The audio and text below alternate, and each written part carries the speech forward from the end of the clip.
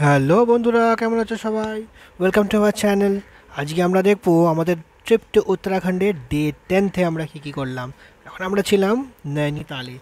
আর আজ সকাল সকাল আমাদের সাথে দেখা করতে চলে এসেছিলো এই বাঘের মাসিটা। আমার কাছে ছিল ক্যাট ফুড, তাই আমি একটু খাইয়ে দিলাম ওদেরকে।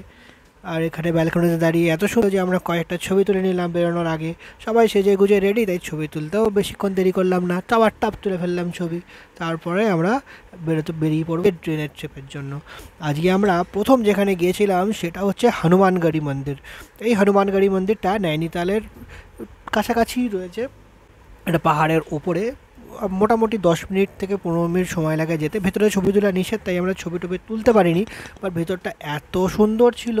ওখানে আমরা প্রথম দেখলাম ভরতের মন্দির, আরও ছিল শ্রীরামের মন্দির, যার মধ্যে শ্রী লক্ষণজি এবং সীতামাও ছিলেন।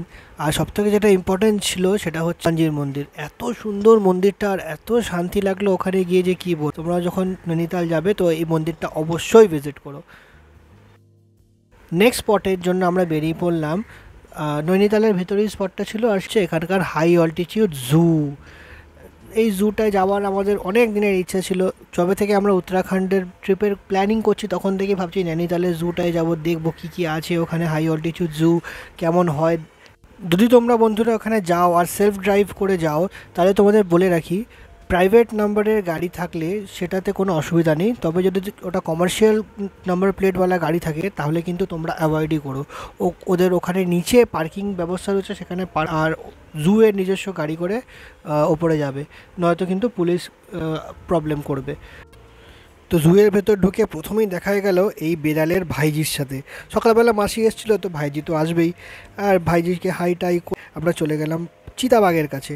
চিতাবাঘও দেখি এখানে ল্যাদ খাচ্ছে বসে বসে। আসলে কি বলতো, এত লোক দেখতে আসে তো ওরা আর কত কসরত দেখাবে, তাই ঠকে গেছে। সেই সেরকম করেই আমিও ঠকে গেলাম।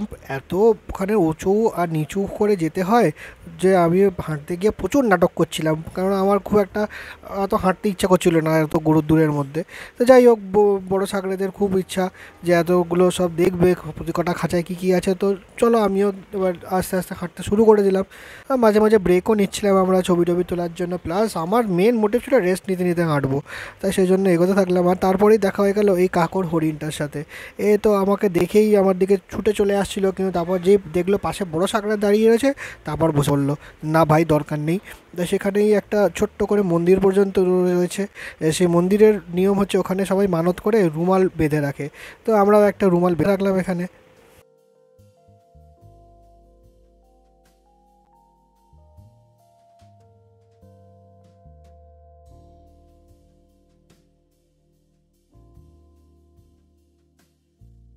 তারপর দেখা হলো এই ময়ূরের সাথে। সাদা পালকের ময়ূর, আর ঠিক পাশে রয়েছে এই ময়ূরী কালারের ময়ূর, জানি না কী কালার বলে, তাই ময়ূরী কালার বললাম। অনেকক্ষণ জুতে কাটিয়ে এবার আমরা এক্সিট করতে শুরু করলাম। আর নামতে নামতে আমরা দেখলাম এই অপূর্ব সুন্দর একটা স্পট, যেখান থেকে নৈনিতাল শহরটা খুব সুন্দর দেখতে লাগে। নৈনিতাল লেকটাকে ব্যাকগ্রাউন্ডে রেখে একটা খুব সুন্দর একটা ব্যাকগ্রাউন্ড। নেক্সট স্পটে আমরা চলে গেলাম, সেটা হচ্ছে কিলবুড়ি স্যাংচুরি। এইখানে মানুষে আসে বার্ড ওয়াচিং করার জন্য। আমরাও গেছিলাম কিছু পাখি দেখতে, অনেক পাখি দেখলামও। আর খুব ভালো লাগলো পাখিগুলো দেখতে। আর সবথেকে ভালো লাগলো এখানে এত শান্ত নিরিবিলি, আর শুধু পাখির আওয়াজ পাওয়া যাচ্ছে যে কি বলবো। আর আর মাঝখানে দাঁড়িয়ে আমরা ছবি টবি তুলবো। এবার আমরা চলে যাব আমাদের নেক্সট স্পটে, যেটা হচ্ছে এই সত্যনারায়ণের মন্দির। এই প্রথম আমি বন্ধুরা সত্যনারায়ণ মন্দির দেখলাম। আর ভেতরে ঢুকেও খুব সুন্দর লাগলো, আর ওখান থেকেও ভিউটা খুব সুন্দর দেখা যাচ্ছিলো। এখান থেকে ফিরতে ফিরতেই আমরা নেক্সট স্পটে যাব, যেটা হচ্ছে এই হিমালয়া দর্শন পয়েন্ট। এইখান থেকে দাঁড়িয়ে দূরবীন দিয়ে কি খালি চোখে হলেও হিমালয়া দেখা যায়। আসলে সব কটা পাহাড়ই হিমালয়ের অন্তর্গত, কিন্তু যেটা দেখানোর জন্য এখানে স্পটটা করা হয়েছে সেটা হচ্ছে ওই হিমালয়ের বরফে ঢাকা পাহাড়গুলো। খুব সুন্দর লাগলো দেখতে। আমরা ক্যামেরায় অতটা ক্যাপচার করতে পারিনি, কিন্তু খালি চোখে আমরা খুব সুন্দরভাবে ভিউ করতে পেরেছিলাম।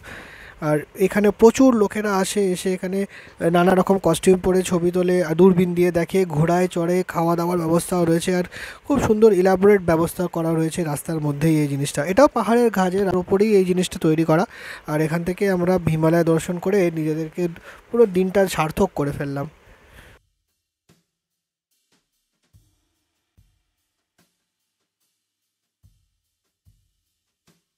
এরপর আমরা যে নেক্সট স্পটে গেলাম এটা হচ্ছে ম্যাঙ্গো পয়েন্ট।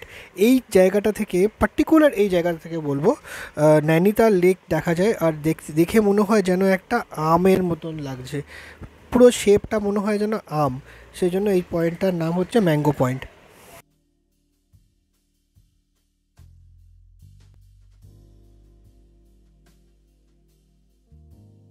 এবার এখান থেকে গেলাম যেখানে, সেটা হচ্ছে ইকো কেভ পার্ক। এটা একটা খুব সুন্দর অ্যাট্রাকটিভ জায়গা। এখানে মানে কি সুন্দরভাবে যে গুহা মতন করে করা রয়েছে, যেখান দিয়ে আমরা পাস করছিলাম। এখানের এন্ট্রি ফি 100 টাকা পার হেড, আর বাচ্চাদের জন্য 50 টাকা করে, কিন্তু পুরোটাই পয়সা বসুল। ভেতরে ঢুকলে মানে এত সুন্দর লাগবে দেখতে, আর পুরোটাই ন্যাচারাল, কোনোটাই ম্যানমেড নয়। হ্যাঁ, লাইটিংগুলো লাগানো রয়েছে সেগুলো ম্যানমেড, বাট যে কেভগুলো রয়েছে এটা পুরোটাই ন্যাচারাল। তো চলো বন্ধুরা, এবার আমরা কেভের ভেতর ঢুকি।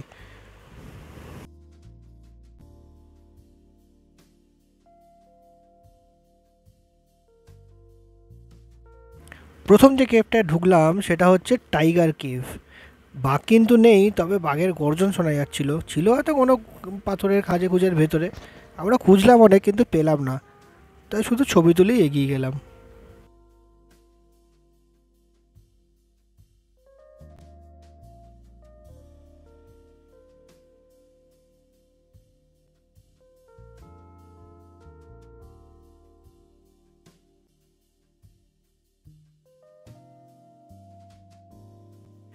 এর পরের কেভটা হচ্ছে প্যান্থার কেভ।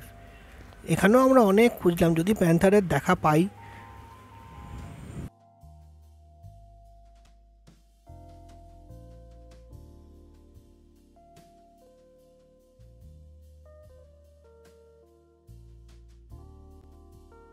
আর এরপর এলো এই পরকিউপাইন কেভ। এইটা খুবই ডিফিকাল্ট কেভ, এটাকে পাস করা, তাও আমরা অনেক চেষ্টা করে পেরেছি।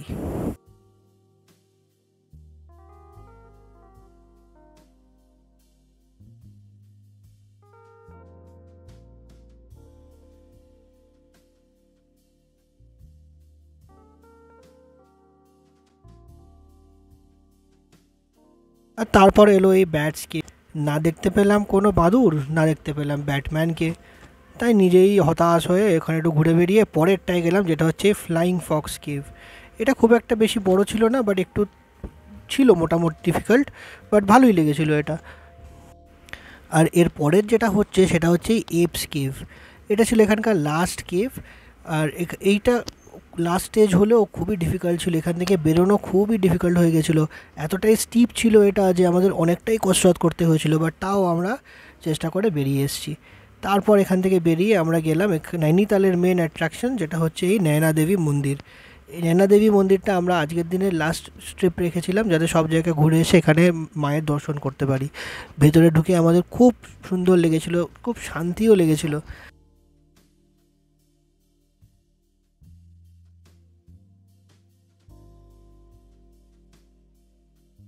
মন্দিরের ভেতরে মায়ের ছবি তোলার পারমিশন নেই, তাই আমরা বাইরে দাঁড়িয়েই প্রচুর ছবি তুলেছিলাম। আর ভেতরটা এত সুন্দর, কি বলবো। আর ঠিক মায়ের মন্দিরের ফার্স্ট ফ্লোরেই ছিল আরও একটা নতুন মন্দির, যেখানে 10 অবতারের মূর্তি ছিল। সেটাও খুব সুন্দর, সেটা খুবই রিসেন্ট খুলেছে, আর এত সুন্দর লাগছিল দেখতে প্রতিকটা 10 অবতারের মূর্তি, যে কী বলবো। তোমরা কেউ গেলে নিশ্চয়ই দেখে আসবে এগুলোকে।